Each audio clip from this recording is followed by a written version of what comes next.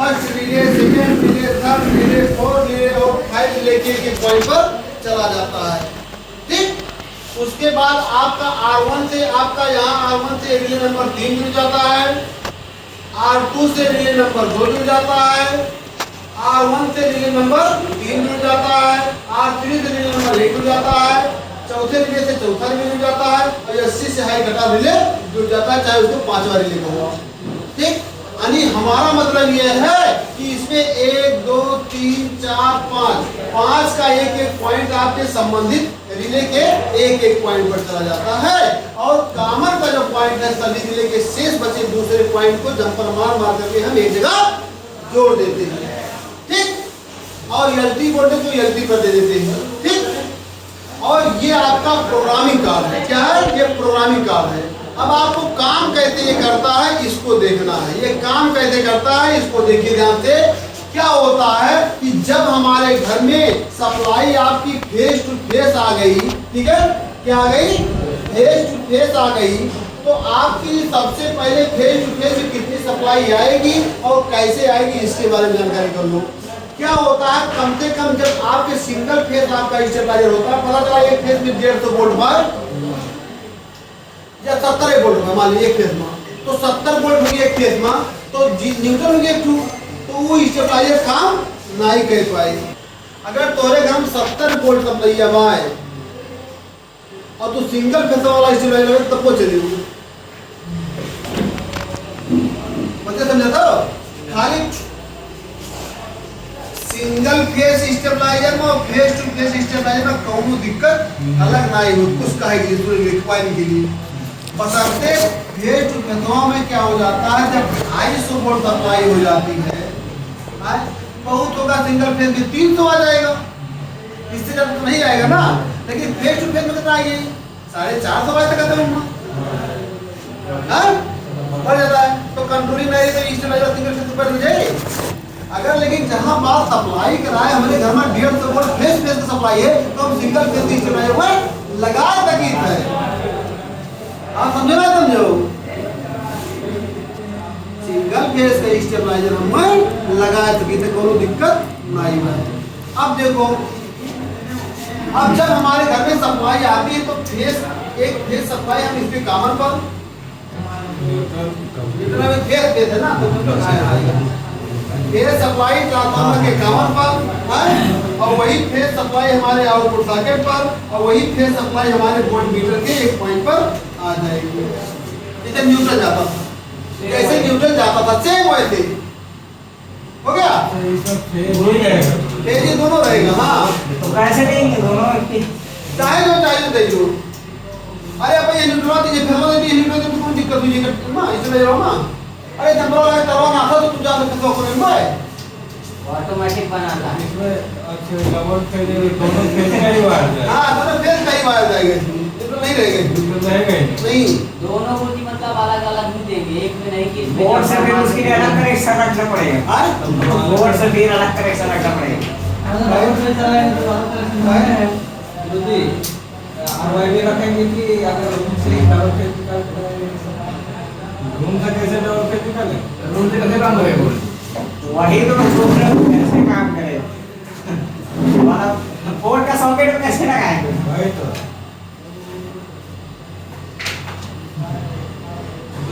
3 phase घर में चला आया होगा तब जाके तुम उसको डबल फेज कर सकते हो। मैं तेरी बात हो गया। फ्री फेज देने को तो तुम्हें स्टेबलाइजर बनाना है ना। हां, तो फिर जब आपके जो वेरिएक है उससे फेस जब सप्लाईया तो बढ़ा 4.5 तो फेस फेस वही करूँ। क्या बात करते हो आप लोग? न्यूट्रल फेस का सप्लाईया जब वेरिएक तो बढ़ा 4.5 हो गई हो तो फेस फेस तो बराबर ना हो सप्लाईया, तब का घबराना हो। मैं न्यूट्रल फेस का क्या पड़ेगा? वो समझ गया गुरुजी। मान लो स्टेबलाइजर बन गया, अब कस्टमर को दे दिए, अब कस्टमर जो उसका इनपुट है उसको कैसे लाइक लगाएगा सॉकेट में? हां, बोर्ड में फेस फेस वाले में तो फेस न्यूट्रल लगाए कस्टमर, वही हिसाब से काम करता है। समझो, वही तो फेस विषय मीटर है। लगा के आउटपुट सॉकेट से इनपुट से उससे आउटपुट से निकाल लेना। बिल्कुल। गुरुजी अभी जज्बात राजू ले जा रहे हैं, वहां काम कर रहे हैं। कहां? इसमें बोर्ड में कैसे लगाएंगे ऐसा बोल रहा है, मतलब बोर्ड में न्यूट्रल फेस रहता है, दोनों में फेस कैसे जाएगा ऐसा बोल रहा है। यह बोल रहा है ये काम कर रहे हाँ? अरे बोलते होता फेस फेस कुछ नहीं हो भैया, हमारी बात को समझो, कोशिश करो आप। मतलब नहीं एक ही पॉइंट पर अटक जाते हैं गुरुजी हम रोज, काहे? इसी पॉइंट पर अटक जाते हैं डेली। इजी में ये इसका कहाँ अटक रहा है? जैसे गुरुजी एक तो बैरियर लगता है, वो बैरियर के घर वोल्टेज लगती है, उसको पहले समझाइए बैरियर क्या है, वो समझ ही नहीं रहा, 2 दिन से क्वेश्चन लगेगा तब बैरियर कहाँ लगता है, वोल्टेज कहाँ लगती है। अदरवाइज घर में लगेगा सुखबीर ना पिछले 3 दिन से कंफ्यूजन में बैरियर क्या चीज है। अरे वो तो ठीक है गुरुजी, वो आ गया वो तो जाओ कि नहीं ठीक है, पहले समझो भाई, आधा घंटा पहले समझो, दिमाग कंट्रोल करो मेरा। ये गुरुजी जैसे वोल्टेज है आज उपकरण यहाँ चाहे देखो 440 नीचे 230 वोल्ट तो हर सप्लाई बाय, चाहे एम्मा फेज न्यूट्रल बाय, और चाहे 230 वोल्ट का फेज फेज बाय, बहुत बराबर ठीक है। समझे हो? 230 volt phase neutral supply bye और 230 volt phase phase supply bye, तो दोनों सप्लाई में अंतर नहीं है। तो डबल फेज जो है उसको 230 में चला सकते सिंगल फेज में। चलेगा। अच्छा गुरुजी, इसको कैसे कितना करना? कैसे और फिर से बात आई हो, जब फिर से बताई थे गुरुजी इसमें आउटपुट लेंगे वो सेम ही है गुरुजी, मान लो डिफेंस पे दे। मैं वो जब सेम ही है तो उसको फेस फेस कब बोल रहा है, वो दोनों वाला काम सेम कर रहा है। तो सेम काम कर रहा है। ये बताओ आप तो अगर एक चीज समझ लो तो बहुत दूर हो गई, कोई तो सस्पेंस हो तो पहले तक सोचा था हमारे विद्युत पर्वत एक सप्लाई आएगी, विद्युत फेस आएगी, एक न्यूट्रल आएगी, है ना? फेस न्यूट्रल आएगी ना आएगी, अभी फेस हुए यह फैसला लाए कि हम गेहूं जोड़ दिए और यही थी चीज की तरह गेहूं ले लिए काटो का, ऐसा भी गुरुजी मेरा एक क्वेश्चन ये अलग अलग, तो वो तो काम ही नहीं करेगा। तो काम ही नहीं करेगा। अब देखो ये थी, अब यहाँ से फेज ले लिए, दोनों ही फेज ये अब क्या करे काम करेगा, काम करेगा। अब ये फेज ले लिया, अब ये न्यूट्रल ले लिया, तब फिर भी काम करेगा। फिर भी काम करता, काहे परेशान हो? ये बताओ तो हाथ मोनो बड़ा मोटरवा सिंगल फेज से चलता है और जो डबल फेज से चलता है उमा नमक कुछ दूसरा लग रहा है, खाली कोयला कंट्रोल का गति सर्किट का बड़ी रहते होगा, तो कोयला कंट्रोल का 3 5 नंबर लूप का काम नहीं कर पाएगा, तो काहे घबराइए तो मतलब डबल फेज सप्लाई देंगे तो 5 नंबर लूप काम करेगा। हाँ 5 नंबर लूप काम करेगा, कंट्रोल करेगा। कंट्रोल नहीं खाती। हाँ सिंगल फेज सप्लाई जाएगा तो 5 नंबर लूप काम नहीं करेगा। नहीं और सिंगल फेज का स्टेबलाइजर है, मान ली 5 लूप के बाद सिंगल फेज का 3 से बोल पाए तो 3 से देता ही है वो बात समझ में, तो ठीक है, लेकिन ये 4 दे दी वो तो इससे भाई ये भाई 4.5 तक बना पाई, ये कटाप कट जाएगा। हाँ ये कटाप नहीं काटे, तब ये बढ़ा के बोल के देखो जो आपका ऑटो ट्रांसफार्मर होता है ये 100 वोल्ट से 300 वोल्ट तक, 100 से 300 वोल्ट तक क्या होता है, सिंगल फेज। कंपनी सोचती है कि एक न्यूट्रल के साथ और एक फेज के साथ 300 से ज्यादा सप्लाई नहीं आएगी, क्या आएगी, कहाँ आ जाएगी यार? ये तो 11 तार हो गिर पड़े, हाँ एक तार नहीं गए। अब देखो अब कंपनी और सोचत काम है कि 100 वोल्ट से लेकर और 510 वोल्ट से ज्यादा फेज नहीं है। गुरुजी इसको ये वाला ट्रांसफार्मर लगा यो स्टेबलाइजर लगा के 3 फेज मोटर चला सकते हैं। ठीक है, कहाँ से आउटपुट मिलेगा? ये तो आप तो बोल रहे हैं कि 440 तो 3 सप्लाई देते हैं ना, तो 440 वोल्ट नहीं होगा भाई, आउटपुट 3 फेज कहाँ नहीं कर रहा 3 फेज सप्लाई चाहिए तो भैया ना, देखो फेज फिर न्यूट्रल, अभी 3 फेज चाहिए चलो हो गए। तो सभी तो बताओ ये करे बीच कितना बात 440 बाय, हाँ और ये करे बीच 440 बाय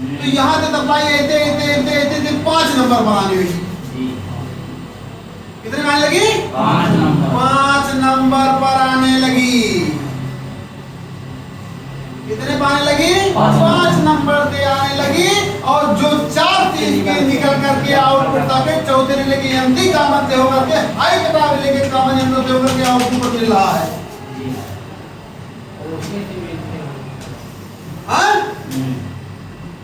ये सारा ट्रांसफार्मर का सिद्धांत समझ में आ जाएगा तो रिले ये हम एनो सब समझ में आ जाएगा। हाँ, तो ट्रांसफार्मर का सिद्धांत ये है। बात है जैसे ये कि 1 2 3 4 5 हाँ यहाँ जैसे 1 पे जा रहा है चाहे 5 पे जा रहा है हाँ, तो घटा के लाएगा। हाँ, तो ट्रांसफार्मर का घटाओ भाई, ट्रांसफार्मर घटाओ भाई, लोगों ने जो कहीं जरूरत है भाई। 2 पे अगर वोल्टेज बढ़ावा हुआ वोल्टेज घटा हुआ आ रहा है तो 200 में 3 पे जाके फिर घटा हुआ वोल्टेज करके दे हाँ, अगर 5 पे जाए तो 4 से घटा वोल्टेज, 3 से और घटा वोल्टेज, 2 से और घटा वोल्टेज, 1 से और घटा वोल्टेज दिए। ठीक? ये सारा काम कर रहा है ट्रांसफार्मर। स्टेबलाइजर ये ट्रांसफार्मर, हाँ, ट्रांसफार्मर कर रहा है। खाली रिले जोड़ने काम कर रहा है उस लूप को आपको। वहाँ से अगर मान लीजिए वोल्टेज बढ़ गया तो यहाँ तो हम कहाँ पहुँच गए तुम बताओ? पाँच पैर बोल के दी हाँ, 5 पे पहुँच गई। कहाँ 5 पे पहुँच गई? 5 मिनट लगा दिया आपने 5 नंबर लूप पे पहुँच गए। और जो 4 से निकल करके ऐसे ऐसे यहाँ आ जाएगा, नहीं आ जाएगा? हाँ जी अब आगे चलो। अब चौथा रिले भी कट गया। अब आगे खेला देखो कितना हो गया? चौथा रिले कट गया, यानी हमारे पास सप्लाई 400 के पास समथिंग हो गई। चौथा कटेगा फिर वो एचसी का एनो से जुड़ जाएगा ना। नहीं बिल्कुल। 3 नंबर लूप पे जाएगा। तब 4 देखो तब क्या होगा? तब यहाँ जब चौथा कटेगा तो यहाँ से सप्लाई ऐसे ऐसे ऐसे ऐसे इसकी एमओ पे आया और ये कटिंग आते यहाँ आया, ये कटिंग आते यहाँ आया, तो 5 नंबर पर गया गया कि नहीं गया? और ये रिले चौथा रिले भी यहाँ होने के कारण जो 3 से सप्लाई आई तरफ एमओ से कॉमन से हुई के और हाई कटा रिले की एमओ कॉमन से हुई के सप्लाई आवाज लगी और घड़ी के। अरे भाई 4 दिन तो आप 3 सही दिन है से वो लाओ। भी, सही है समझ में आ रहा है आएंगे? हाँ? कुछ ये ओसी से निकाल रहा है ना अभी। वही मैं बोला जब चारों रिले कटेगा तो ये ऑन हो जाएगा ना। अभी नहीं अभी नहीं। अब क्या करे बाद फिर वोल्टेज घट गए। अब क्या करे बाद जब बढ़ गए वोल्टेज तब ही कटा हमारी। वोल्टेज घटने पर वो कटेगा नहीं। अभी क्या होगा समझ हमारा मतलब ये है कि चारों रिले कट गया। हाँ। हाँ? अब इसके बाद जब कटा रिले तो वोल्टेज डाउन हो नहीं डाउन हुआ? भाई 3 रिले का वोल्टेज डाउन हो नहीं डाउन हुआ? हो गया। अब अगर ये उपरांत होगा ये 3 से घटे बाद होगा 250 से ऊपर रहे तब इन चौथा रिले आप तब आप होने के कारण जिसका काम नियंत्रित कर जाएगा और यदि से कोई नाम टेंशन नहीं ये नहीं है और उसका वोल्टेज बंद हो जाएगा। मतलब ये हाई चक्र जी ये जो हाई कटा बोला दे रहे हो ये वोल्टेज कम करे पे काम कर रहे हैं नाइट वोल्टेज कम करके काम करेगा। हाई वोल्टेज जब स्टेबलाइज वोल्टेज आए वही का खाली यंत्र जोड़े काम करते हैं कि बाय जब वो हाई वोल्टेज आ जाए तो हम इसका फट देते जोड़ेंगे हमारा उपकरण ना खराब हो माना इसी वो से ज्यादा हाँ वोल्टेज ज्यादा हाँ, कटेगा। चारों रिले ऑन हो गया करंट निकाल रहा उसके है बाद ना। हाई वोल्टेज आया चलता उसके है। बाद के पास ये नो से हाँ उसी का होगा। ओसी से हाँ सही है उसी उसी मतलब वो एनो जो है उसको उसी की बात है। और जल्दी करें क्या? ये तो हो गया गुरुजी हो गए। हाँ। हो गया? हाँ हाँ? जी मतलब ये है जी ट्रांसफार्मर वोल्टेज हटा देगा लास्ट में हाँ तो तब जाके रिले बंद होगा ना हाँ घटाने के बाद जब 250 से ऊपर डालेगा तब ये बंद कह रहे हैं होगा। इसका यानी सेटिंग इसका है कम वोल्टेज पे है तो तुरंत बंद हो जाएगा सही बात ये बंद हो जाएगा। ये सटाओ ये सटाओ ये सटाओ। आज आप लोग को 6 बज जाएगा 7 बज जाएगा 8 बज जाएगा 9 बज जाएगा। वो तो ठीक छोड़िए है नहीं। एसी का जो